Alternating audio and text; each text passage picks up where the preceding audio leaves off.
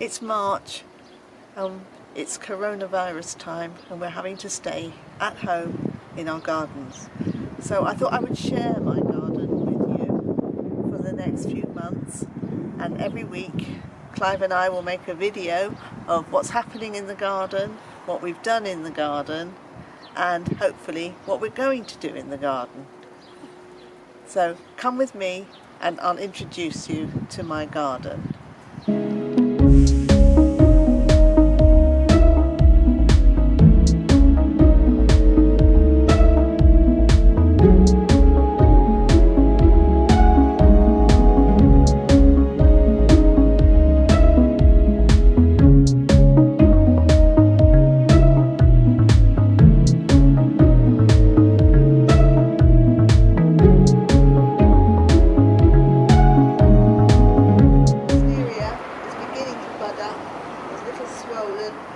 Swollen, fluffy buds, slightly purple, and coming down are lovely, lovely steps into. Right. This is Clive and I's favourite bench.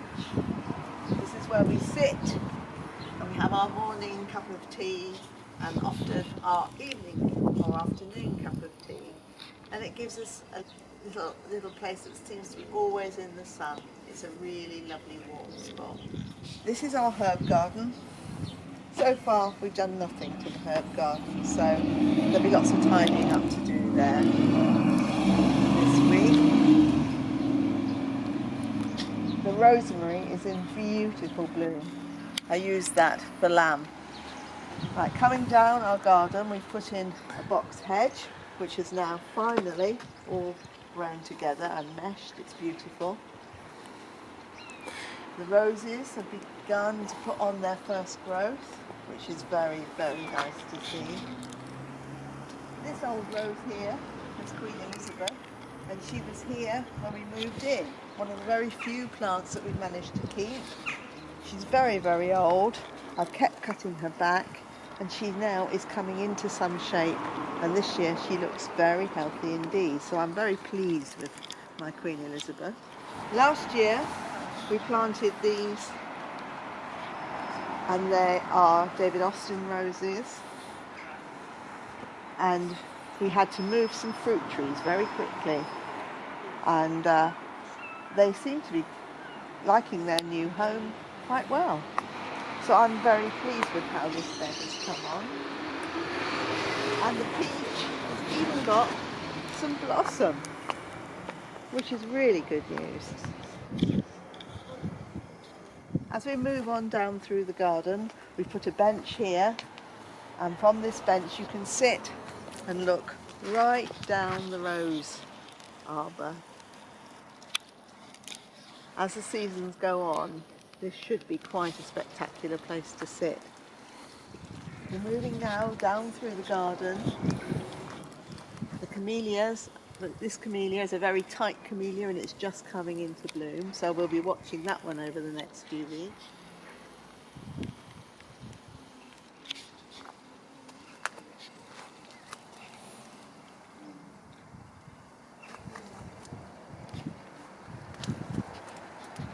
Moving down through the garden, and as we cross over to the other side of the garden, we have a bed of French roses and underplanted with Queen of the Night tulips. So I think very soon we'll have a spectacular bed here. Behind the garden are apple trees on one side and pear trees on the other side, and they form a divide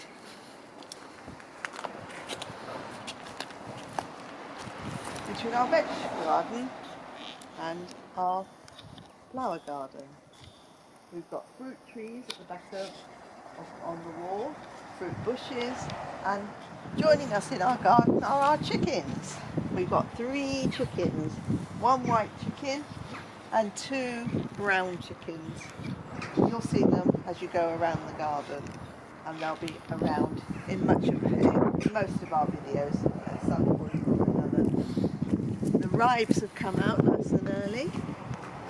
There we go.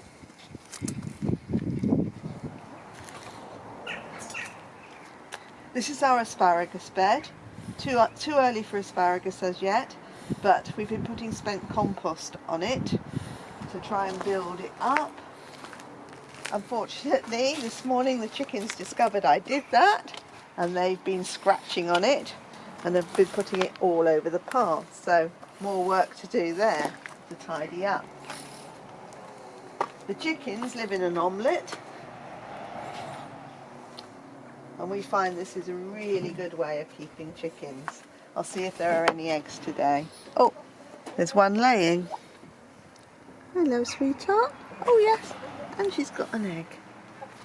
There we go. There we are. Put it there for a moment. We have a greenhouse. In the greenhouse is a vine. The vine's about 4 years old. It's beginning to break, but as yet I've not started on the greenhouse activities. Behind the greenhouse we've got a great stand of rhubarb, which the chickens keep pecking, but we've still got some great rhubarb there. A cold frame and our setup for water, which comes off the greenhouse. Here's a view of the garden from the back wall. It's the house faces due south, so the garden gets hot sun for most of the day. The wall is north facing here, and we've created a little path along the wall by putting in some pollarded limes on one side and a climbing hydrangea on the other. And as the summer goes on, you will see that this becomes a lovely shaded path.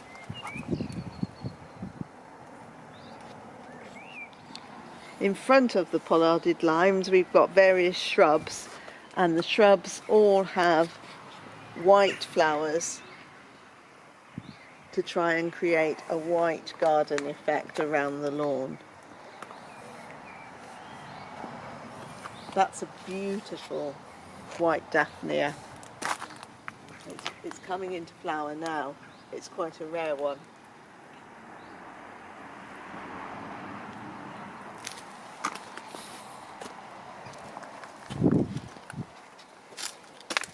When you come out of the shaded path,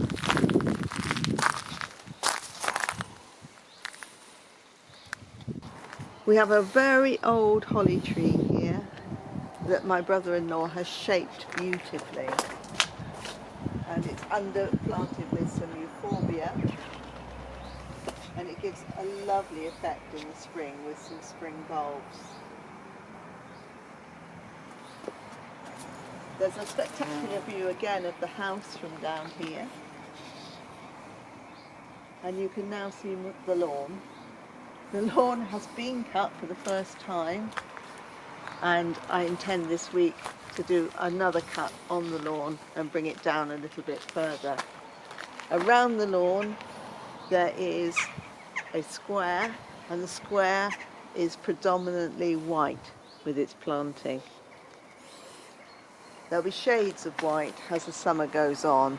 We call it the farrow and ball white border because it has various shades. Our garden is very sunny, as we said, so we have created a shady arbour here with a vine which will give us some shade, a shady place to sit if we want one as the summer goes on. As you come back up to the house now, there is a herbaceous border. It's gradually coming back into life. The skinny is beginning to come out. I've noticed there are quite a few bees around this week. I think some of the bees are solitary bees and live in the wall, but the bees particularly like the mahonia, which has come into flower this week.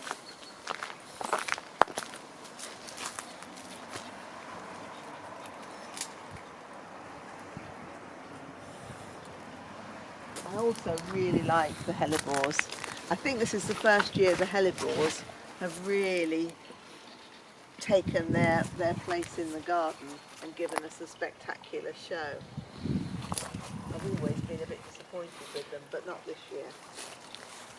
The camellias are stunning. 7 of the camellias got a bit bashed earlier on in the winter. This is very newly planted. It's going to need a lot of tying in this year. It's only its 2nd year. And it's David Austin's Malvern Hills. So we're hoping for great things with this rose arbor this year. We have a pond, a rather big pond with fish. If you look carefully into the pond, you can see lots of water lily leaves all curled up, ready to come. So this will be something to watch over the next few weeks.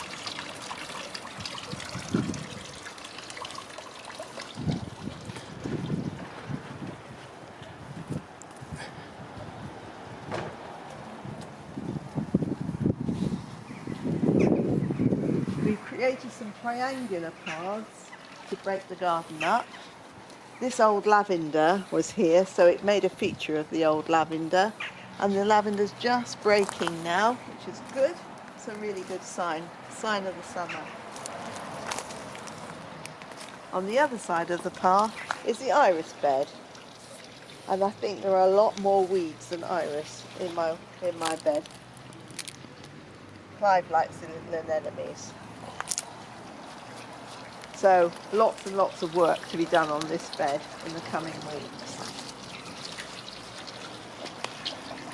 This is our patio area, and this weekend we got out the table. We're not quite confident yet that the table will be sat around.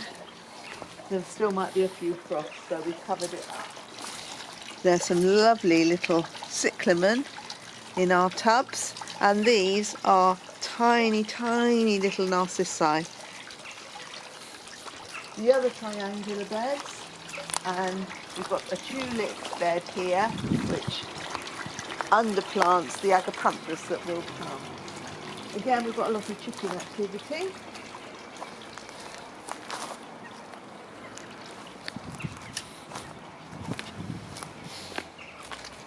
Moving up to the top now of the herbaceous bed, we've got big fig trees there. They are just beginning to bud up, and behind them is a chocolate vine with lovely purple flowers.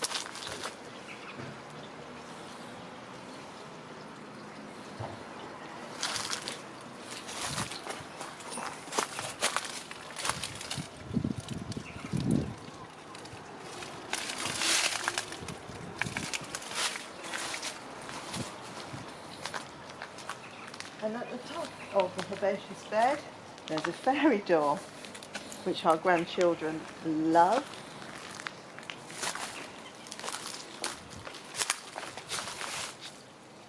With some little resident berries. And a magnolia tree. It's a magnolia that I bought at Ford Abbey about 4 years ago, and this is the first year it has come into flower. We had 1 flower last year, but this year it's much more spectacular. The Acer is also breaking, and there are some lovely clumps of tulips now dotted about in the garden, as well as a stand of tulips here. And this is the end of the first tour of our garden. And we aim to take you through our garden at different times of the day so that you see it in different lights and in all the different weathers that are bound to come in the next few months. So goodbye for now, and I'll see you again before the end of the month. Bye.